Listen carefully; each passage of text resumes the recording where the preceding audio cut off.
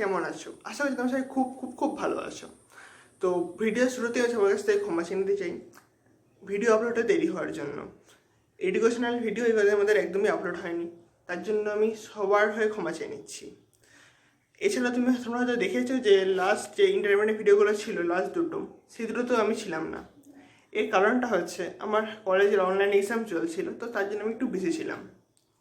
তো যেহেতু আমি যদি ভিডিও আপলোড করতে পারিনি, এই জন্য অন্যান্য সাবজেক্টের মানে যে এসব এডুকেশন ভিডিও আপলোড হয় সেই ভিডিও আপলোড করা হয়নি। কারণ এক ধরনের এডুকেশনাল মানে একটা সাবজেক্ট এডুকেশন আপলোড হয়, তোমরা সবসময় অন্য সাবজেক্টের ভিডিও দেখতে চাও, সেই জন্য আমরা কোনো রকম এডুকেশন ভিডিও আপলোড করিনি। তো আজকে কিছু বলবো না, তোমরা চলো ভিডিওটা তোমরা দেখে নাও। আর ভিডিওটা দেখার আগে অবশ্যই ডেসক্রিপশন বক্সে এই স্পেশাল রিলেটিভিটির যে 3টে পার্ট আগে করা আছে তার লিঙ্ক দেওয়া থাকবে, তোমরা সেখান থেকে আগের ভিডিওগুলো দেখে নাও। তো চলো ভিডিও শুরু করা যাক। তো STR পার্ট 4 আপলোড করার আগে আমি তোমাদেরকে রিকোয়েস্ট করবো তোমরা যাতে STR পার্ট 3 আগে থেকে দেখে নাও। তো STR পার্ট 4 আমরা আলোচনা করব স্পেস টাইম ডায়াগ্রাম বা মিনকস্কি ডায়াগ্রাম সম্পর্কে। এবার ধরা যাক কোনো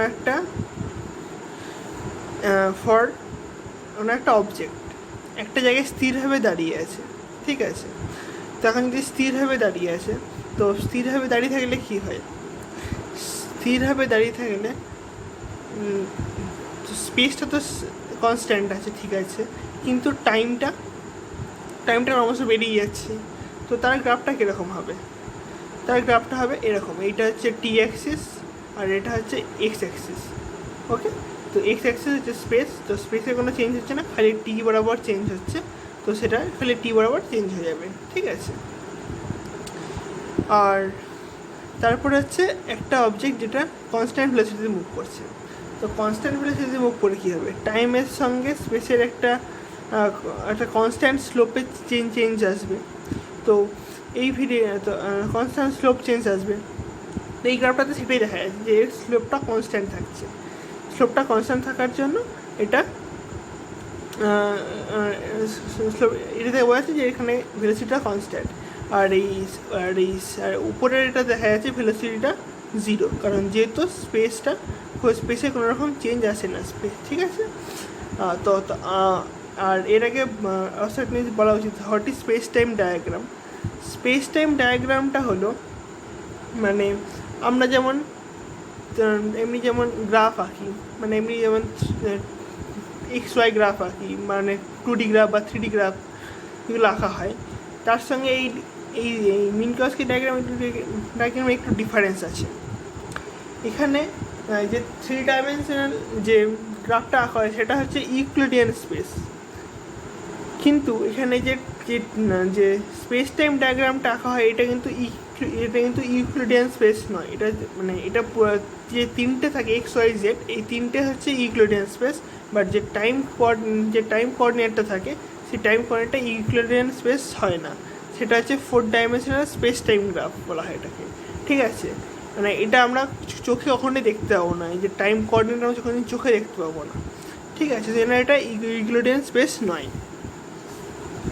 ওকে, তো এবার আমরা চলে যাচ্ছি। এবার সবসময় তো আর কনস্ট্যান্ট কোনো একটা অবজেক্ট কনস্ট্যান্ট ভেলোসিটিতে মুভ করে না। তো এবার যদি কোনো একটা অবজেক্ট অ্যাক্সেলারেশন নিয়ে মুভ করে, তো অ্যাক্সেলারেশন নিয়ে মুভ করলে মানে তার কীরকম হয়? অ্যাক্সেলারেশন মুভ নিয়ে কী করে? স্লোপটা কন্টিনিউয়াস চেঞ্জ করবে টাইমের সঙ্গে, টাইম অ্যাক্সিসের সঙ্গে কন্টিনিউয়াসলি স্লোপ চেঞ্জ করবে।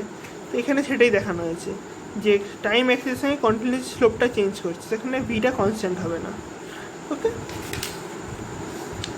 এরপরে হচ্ছে difference between ordinary geometry and Minkowski geometry. Ordinary জিওমেট্রিতে কী হয়? অর্ডিনারি জিওমেট্রিতে OP এর মধ্যে ডিস্টেন্স কত হয়? D = √(x² + y²). ওকে, কিন্তু এবং এই পি পয়েন্টার অবস্থান আমরা বলতে পারি XYZ এই 3টে দিয়ে, ঠিক আছে? কিন্তু মিনকস্কি ডায়াগ্রামে কী হয়? মিনকস্কি ডায়াগ্রামে কোনো একটা পয়েন্টের পজিশন বলার জন্য আমাদের টাইম কোঅর্ডিনেটটাও লাগে। যেন তার এটা হয় সেই জন্য তার পরেরটায় সিটি এক্স ওয়াই জেড। আর এর ইন্টারভাল যেটা হয়, ইন্টারভালটা হলো ct square minus x square minus Y square minus z square, এটা হচ্ছে এর ইন্টারভাল। ঠিক আছে, তো দেখতে পাচ্ছি যে দুটোটার ক্ষেত্রে ইন্টারভালটা ডিফারেন্ট হয়। তো নর্মালি এটাই হচ্ছে মিনকস্কি ডায়াগ্রামের সঙ্গে নর্মাল যে অর্ডিনারি জিওমেট্রি থাকে তার ডিফারেন্স। মানে মিনকস্কি ডায়াগ্রামে এক্সট্রা একটা থাকে টাইম কোঅর্ডিনেট, যেটা অর্ডিনারি জিওমেট্রিতে থাকে না। ওকে, তো এবার আমরা চলে যাবো একটা ইন্টারেস্টিং জিনিসে, এটাকে বলা হয় লাইট কোণ। তো লাইট কোণটা কী করে আঁকা হয়? লাইট কোণটা আঁকা হয় কিছুই না, মানে ধরা যাক যে স্পেসের সঙ্গে টাইমের ডিপেন্ডেন্ট কি ফর লাইট স্পেসের সঙ্গে টাইমের ডিপেন্ডেন্ট হচ্ছে এক্স ইজুয়াল টু সিটি। ঠিক আছে, তো এখানে এখন আমরা দেখতে পাচ্ছি এক্স ইজুয়াল টু সিটি হচ্ছে একটা হচ্ছে স্ট্রেট লাইনের ইকুয়েশন এবং এখানে সিটা হচ্ছে স্লোপ। ঠিক আছে, তো এখানে সি স্লোপে একটা এইদিকে একটা স্ট্রেট লাইন, একটা স্ট্রেট লাইন রাখা হয়েছে। ঠিক আছে, এবং স্ট্রেট লাইনটা আঁকা হয়েছে, এবং এই স্ট্রেট লাইনটা যেটা রিপ্রেজেন্ট করছে সেই রিপ্রেজেন্টিংটা হচ্ছে direction of velocity of light. ঠিক আছে, হলো তোমরা কোনো বইতে দেখতে পাবে যে এই যে যেটা আঁকা হয়েছে সেটা 45 ডিগ্রি অ্যাঙ্গেল করে আঁকা হয়েছে। যদিও এর কোনো বৈজ্ঞানিক মানে এর কোনো কারণ হয় না যে 40 ডিগ্রি অ্যাঙ্গেলই হতে তার কোনো মানে নেই, এটা যে কোনো অ্যাঙ্গেল হতে পারে। হ্যাঁ, ঠিক আছে, ওটা 40 ডিগ্রি অ্যাঙ্গেলই হতে হবে, তার কোনো মানে নেই। ওকে, ওখানে সি ইকুয়াল টু 1 ধরে নিয়ে ওই লাইনটা আঁকা হয় ফর সিম্পলিসিটি। কিন্তু ওই লাইট কোণের যে অ্যাঙ্গেলটা সেই স্লোপটা মানে যে কোনো অ্যাঙ্গেলের হতে পারে। ঠিক আছে, তো এখন যদি ঠিক আছে, তো এখানে যে কোণ যে দুটো কোণ তৈরি হয়েছে সেই দুটো কোণ তৈরি হওয়ার কারণ হচ্ছে এখানে আমরা যে লাইটের যে 2 ডাইমেনশনাল যে প্রোপাগেশন হয় আমরা সেটা নিয়ে আলোচনা করছি। 2 ডাইমেনশনাল প্রোপাগেশন মানে ধরা যাক এটা একটা লাইট সোর্স। ওকে, এই লাইট সোর্সের চারদিকে লাইটটা প্রোপাগেট করছে এরকমভাবে।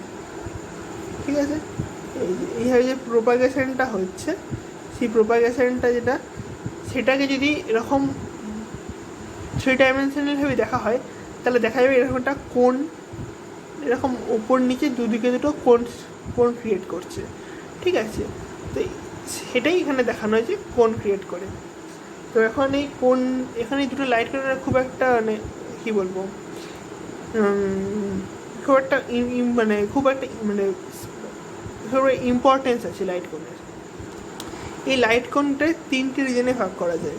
একটা হচ্ছে রিজিয়ন 1, ঠিক আছে, আরেকটা হচ্ছে রিজিয়ন 2, আরেকটা হচ্ছে রিজিয়ন 3। ঠিক আছে, তো রিজিয়ন 1 হচ্ছে খুব একটা গুরুত্বপূর্ণ একটা জায়গা। তো এই জায়গায় তখন ধরা যাক খুব একটা গুরুত্বপূর্ণ জায়গায় এটা একটা বিশেষ গুরুত্ব আছে, তো সেটা আমরা পরে আলোচনা করব। তার আগে বলা যাক যে ধরা যাক রিজিয়ন 1 একটা বস্তু রাখা, মানে এখানে একটা অবজেক্ট আছে। ঠিক আছে, তো সেই অবজেক্টটা এখানে একটা বস্তু প্রেজেন্ট দিয়ে রাখা আছে। তখন এই রিজিয়ন 1-এ কোনো একটা যদি অবজেক্ট থাকে তাহলে সেই অবজেক্টের থেকে কোনো যদি কোনো ইনফরমেশান আসে, ওকে, হ্যাঁ, কোনো একটা ইনফরমেশান যদি আসে, তো ইনফরমেশান আসার জন্য আমরা দেখতে পাচ্ছি যে সেখানে ভেলোসিটিটা লাইটের ভেলোসিটি থেকে বেশি হতে হবে।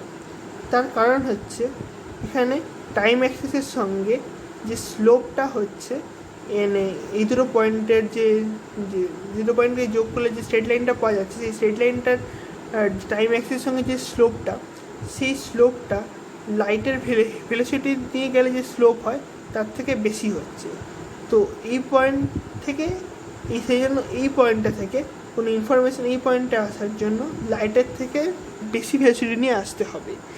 এখন ম্যাক্সওয়েলের যে ইলেকট্রোম্যাগনেটিক ল আছে তার মধ্যে দিয়ে আমরা জানি যে বলা যায় যে লাইটের ভেলোসিটি থেকে কোনো কিছু ভেলোসিটি বেশি হতে পারে না। তার মানে রিজিয়ন 1 থেকে আমরা কোনো রকম ইনফরমেশান পাবো না। এখন রিজিয়ন 1 বলতে এই সেই দিকটাও রিজিয়ন 1, এখানে কোনো বস্তু থাকলেও সেই সেম কন্ডিশন হবে, সেম ব্যাপার ঘটবে, এখানেও সেই সেমই হবে। ঠিক আছে, সব জায়গায় সেম কন্ডিশন হবে। এই হলো রিজিয়ন 1। ঠিক আছে, আর রিজিয়ন 1-এর একটা বিশেষ গুরুত্বপূর্ণ যে রিজিয়ন 1 যে কোনো রকম রিজিয়ন 1 থেকে কোনো ইনফরমেশান আসতে পারে না, বা আসলেও সেটা যে সম্ভব নয় সেটা আমরা বলতে পারি ক্যাজুয়ালিটি কন্ডিশনের মধ্যে দিয়ে। তো ক্যাজুয়ালিটি কন্ডিশন আমি পরে আলোচনা করব, আগে বলে দেওয়া উচিত আগে রিজিয়ন 2 আর রিজিয়ন 3 সম্পর্কে একটু আলোচনা করি। রিজিয়ন 2 থেকে আমরা এই গ্রাফটা থেকে দেখতে পাচ্ছি রিজিয়ন 2-তে টাইমটা নেগেটিভ হচ্ছে। তো টাইম নেগেটিভ মানে কি? টাইম নেগেটিভ মানে অবশ্যই যে বুঝতে পারছি, তার মানে এটা হচ্ছে পাস্ট কোণ। ঠিক আছে, মানে এই কোণটা আমাদের পাস্ট ঘটনাকে রিপ্রেজেন্ট করছে, আর এখানে টাইম হচ্ছে পজিটিভ। ওকে, তো এটা হচ্ছে আমাদের ফিউচার ঘটনাকে রিপ্রেজেন্ট করছে।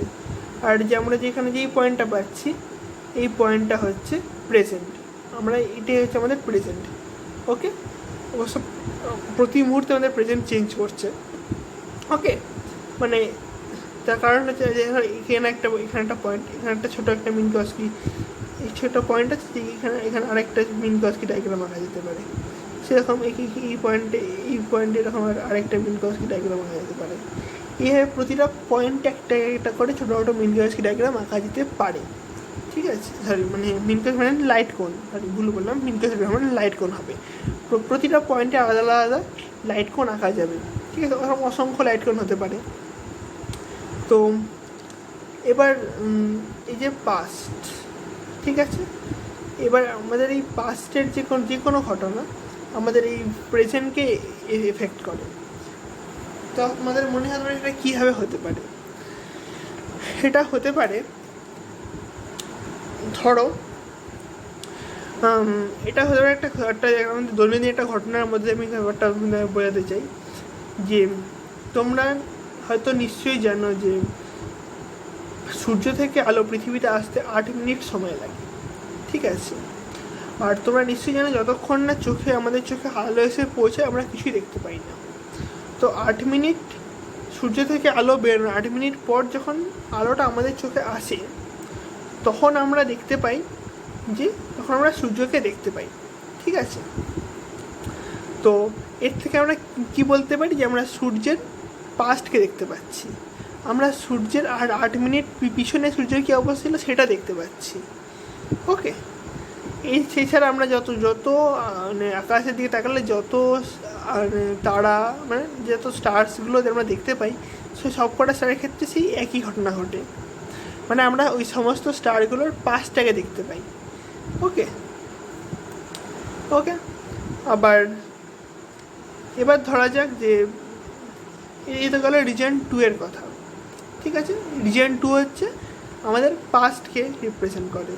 ঠিক আছে, তো হয়তো আরেকটা কথা বলে রাখা ভালো যে এই রিজিয়ন 2 যে যেখানে একটা পয়েন্ট, ধরো এই পয়েন্ট থেকে কোনো একটা ইনফরমেশান এই পয়েন্টে যাবে, সেই পয়েন্টে সেটা আমরা বুঝতে পারবো কি পারবো না। এখান থেকে দেখা যাচ্ছে টাইম স্লোপের সঙ্গে টাইম অ্যাক্সিসের সঙ্গে যে স্লোপটা এই দুটো পয়েন্টের যোগ করে যে স্ট্রেট লাইনটা হয়, সেই স্ট্রেট লাইনটা টাইম অ্যাক্সিসের সঙ্গে যে স্লোপ করে সেই স্লোপটা লাইটের ভেলোসিটি লাইটের স্লোপের থেকে কম হচ্ছে। তার মানে অবশ্যই এই রিজিয়নে ভেলোসিটি ইনফরমেশানের ইনফরমেশান যাওয়ার ভেলোসিটি লাইটের ভেলোসিটিতে কম হয়। তার মানে অবশ্যই এই পয়েন্ট থেকে প্রেজেন্টে ইনফরমেশান যাবে।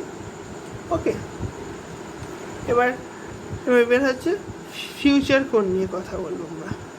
ফিউচার কোণের ক্ষেত্রে সেম, ধর ফিউচার কোণের যে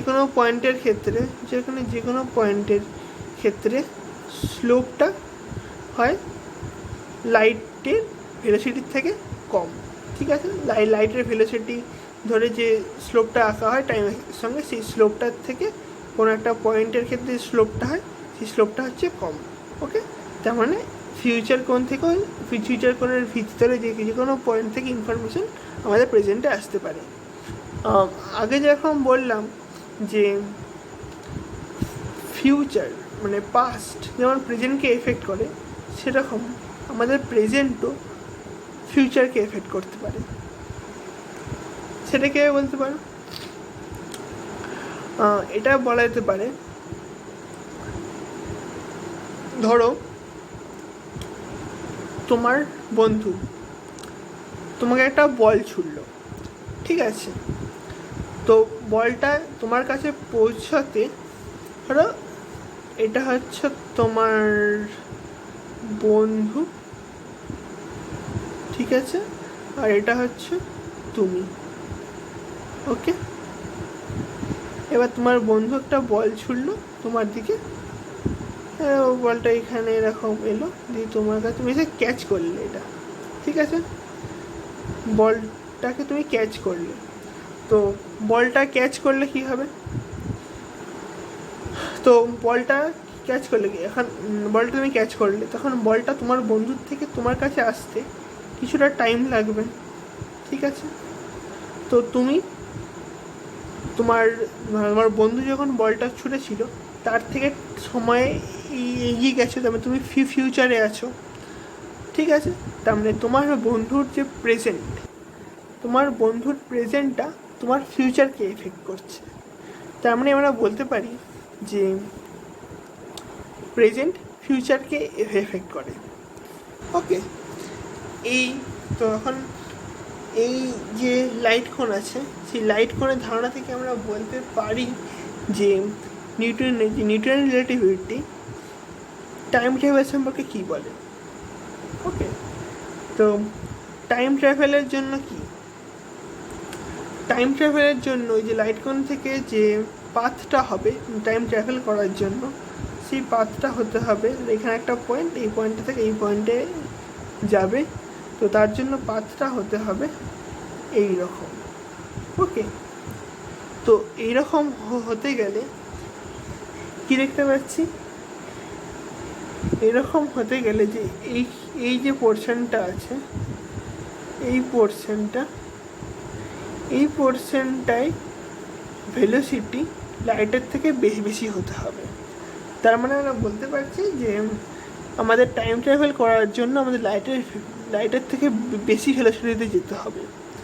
তো এখন ম্যাক্সওয়েলের যে ইলেকট্রোম্যাগনেটিক যে লসগুলো আছে বা আইনস্টাইন রিলেটিভিটি যেটা বলছে, সেটা হচ্ছে মানে লাইটের ভেলোসিটি হচ্ছে সর্বাধিক, লাইটের থেকে বেশি ভেলোসিটি যাওয়া সম্ভব নয়। তার মানে আইনস্টাইন রিলেটিভিটিতে টাইম ট্রাভেল সম্ভব নয়। ওকে, তো এরপর আমাদের নেক্সট টপিকে যাই। নেক্সট টপিকটা হচ্ছে রিজিয়ন 1-এর ক্ষেত্রে আমরা কি দেখতে পাচ্ছি। রিজিয়ন 1, ঠিক আছে, এবার যদি রিজিয়ন 1 যদি টাইম ইন্টারভ্যালটা দেখা হয় রিজিয়ন 1-এ কোনো একটা পয়েন্টের ক্ষেত্রে, সেক্ষেত্রে কী আছে, ভেলোসিটি সির থেকে বেশি, তার মানে সিটিটা বেশি হবে, তাই তো। তার মানে interval ct square minus of x square y square is less than 0, ঠিক আছে। তো এটা হচ্ছে স্পেস লাইক ইন্টারভ্যাল। ওকে, আবার for region 2 and region 3,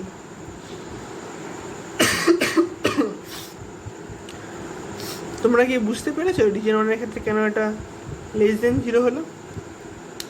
less than 0 হওয়ার কারণটা হচ্ছে সিটি মানে কি, সি মানে কি, সি মানে লাইটের ভেলোসিটি, ঠিক আছে। তো সিটি স্কোয়ার হলো, ঠিক আছে।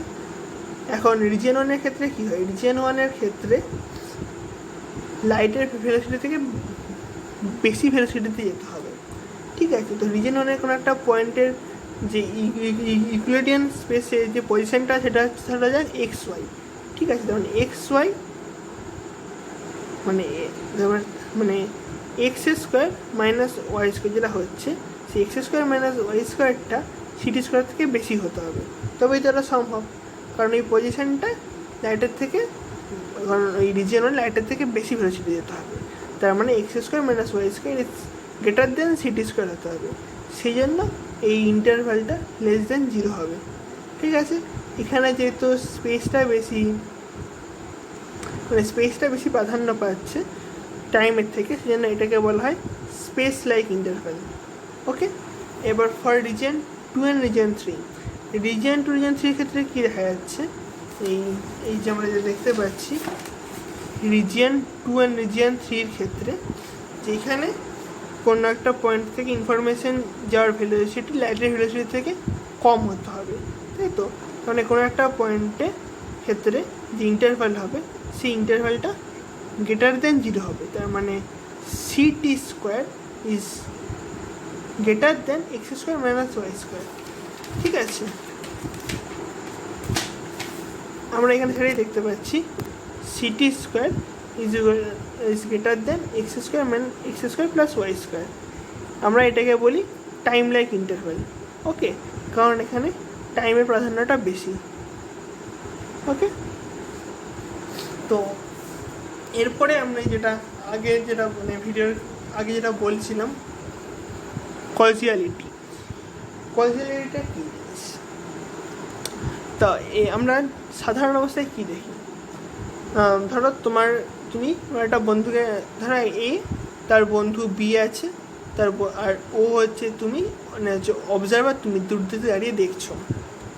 এবার এ একটা বল বির দিকে ছুড়লো, ঠিক আছে, বলটা যাচ্ছে, ঠিক আছে, বি সেটাকে ক্যাচ করলো, ঠিক আছে। তো অবজারভার বা তুমি কি দেখবে, তুমি দেখবে যে এ আগে বলটা ছুড়লো, তারপরে বি ক্যাচ করলো, ঠিক আছে। এটাই আমরা নর্মাল অবস্থায় দেখে থাকি। কিন্তু যদি এই রিজিয়ন ওয়ানের থেকে ইনফরমেশন রিজিয়ন ওয়ান থেকে ইনফরমেশন আসতো প্রেজেন্টে, ঠিক আছে, তাহলে কী হতো, তাহলে দেখা যেত যে আবার সেম ছবি আমি আঁকবো, এটা হচ্ছে এ, এটা হচ্ছে বি, আর এটা হচ্ছে অবজারভার, ঠিক আছে, ও। এবার ধরো এবার কী দেখা যাচ্ছে, এটা হচ্ছে নর্মাল টাইম, আগে যেটা আলোচনা সেটা হচ্ছে নর্মাল টাইম, মানে যেটা সাধারণত আমরা দেখি। সাধারণ ক্ষেত্রে কী হয়, যে কোনো বস্তু ফেলেছে লাইটের ভেলোসিটি থেকে কম হয়। এবার ধরলাম এই যে বলটা ছুড়লো তার ভেলোসিটি লাইটের ভেলোসিটি থেকে বেশি, তার মানে এই যে তিনটে অ্যারো চিহ্ন হচ্ছে ভেলোসিটি অফ মানে লাইট যে প্রপাগেশন হচ্ছে তার ডিরেকশন, আর তার থেকে যেহেতু বলের ভেলোসিটি বেশি যেন বলটা আগে থাকছে সেম টাইমে, ঠিক আছে, হলো। তো এই বলটা আমার বন্ধুর কাছে পৌঁছলো, ঠিক আছে, তো এখন বলটা বন্ধুর কাছে পৌঁছে গেল, মানে বি কাছে পৌঁছলো, বি ক্যাচ করলো, এর ফলে বি থেকে সেই ক্যাচ করার জন্য লাইট তোমার কাছে আসবে, ঠিক আছে। তো এখন এই যে লাইটটা আর এই লাইটটা দুটোর ভেলোসিটি সেম হলে কি হবে, যে অবজারভার আছে সে অবজারভার দেখবে যে আগে বি যে বলটা ক্যাচ করছে সেই লাইটটা তার কাছে আগে আসছে, এবং এ যে বলটা ছুটছে তার লাইটটা অবজারভারের কাছে পরে আসছে। এর মানে কি, এর মানে হচ্ছে অবজারভার দেখবে যে বি আগে বলটা ক্যাচ করছে, তারপরে এই বলটা ছুটছে, তো এটা তো কোনো মতেই সম্ভব নয়, ঠিক আছে? মানে এটা আমাদের নর্মাল লাইফে কোনো মতেই সম্ভব নয়। আর তো এই জন্যই বলা হয় যে কোনো কিছুর ভেলোসিটি লাইটের ভেলোসিটির থেকে বেশি হতে পারে না। ওকে, তো আজকের মতো এইটুকুই। যদি ভিডিওতে কোনো কিছু বুঝতে অসুবিধা হয় তাহলে অবশ্যই কমেন্ট করে জানাবে। আর ভিডিওটা ভালো লেগে থাকলে অবশ্যই লাইক, শেয়ার, সাবস্ক্রাইব করো। ওকে, আজকের মতো টাটা।